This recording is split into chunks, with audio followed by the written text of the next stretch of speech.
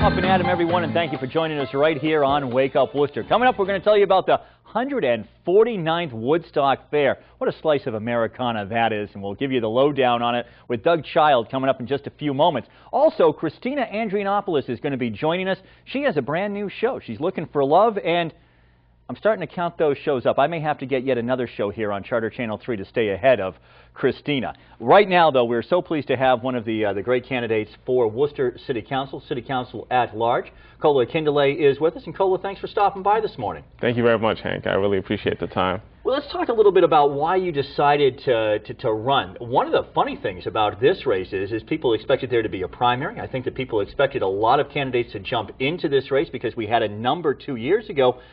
And yet we don't have a primary. We don't have that many new faces. You're one of them. What made you decide to get in? Yeah, and that's a good remark, because you would think in such an economic situation, such tough economic times, you would get more people involved. And this is one of the things I'm trying to do. I'm trying to get more youths involved, more people from the low-income neighborhoods, more minority communities involved in the political process. But why I decided to run was because I was born and raised there, first of all. And the same concerns that I heard when I was a kid, lack of jobs, lack of economic development, nothing going on in Worcester, was the same concerns that I heard when I got back. And what was also funny was many of the same people, the same elected officials that were in office when I was a kid are still the same people in office now. Kola, what do you think that is? Why do you think that for the best efforts of all the people involved, and I think people get into public service for all the right reasons, but that nothing seems to change? As you just pointed out, we're still seem to be fighting the same battles in the city. Okay. I think one of the main reasons is many people aren't concerned with local politics. And many people don't know that all politics is local. You know, the things that affect your daily lives happen locally. You know, the quality of your public schools, your roads, public safety, it all happens locally. And I think these are the things that we need to teach our communities, and this is what I plan to do. I want to work with our community organizations to teach new immigrants and new residents about our local policy and how it affects their daily lives.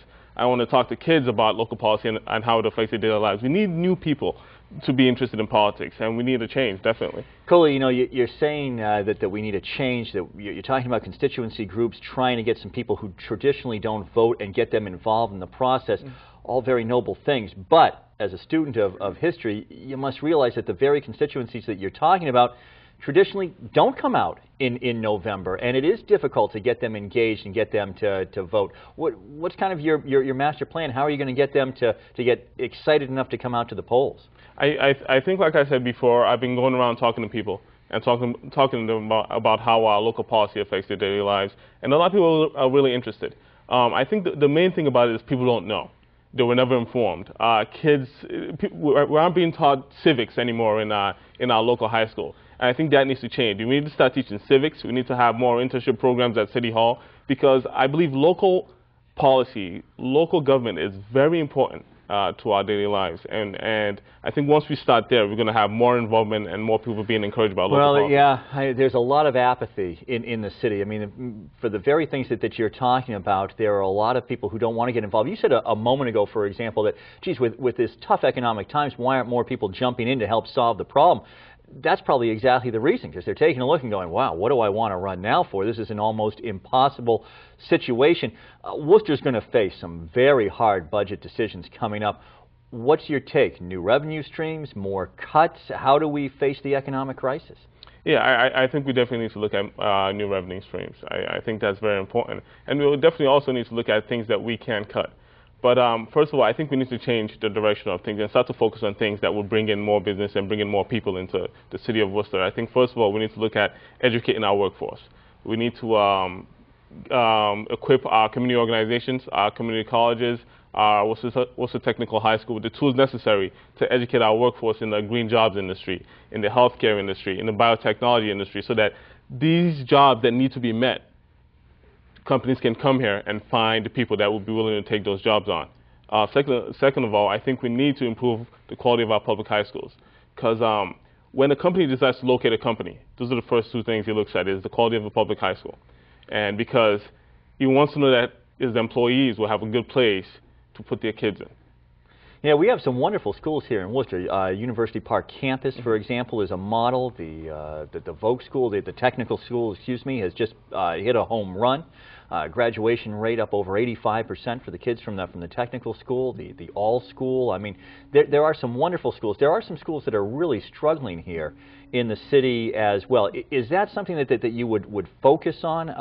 You talking about education? Yeah, I mean, I think education is very important. A story of mine is my mother, you know, she always emphasized education, and she made my brother and I spend 2 hours in the public library. And I used to wonder, why was this so important to my mother? And she showed us just how important when she got a bachelor's degree, and they allowed her to raise her income from $18,000 a year to $30,000 a year, which was like winning the lottery for us that time. And it allowed us to move from low-income housing to owning our own home off Highland Street. So it showed me just how important education is, the doors it can open, and how it can remove you from poverty. So I think it's one thing I would focus on. I don't have much of an influence with regards to education, but I think more we need to make more of an investment in education.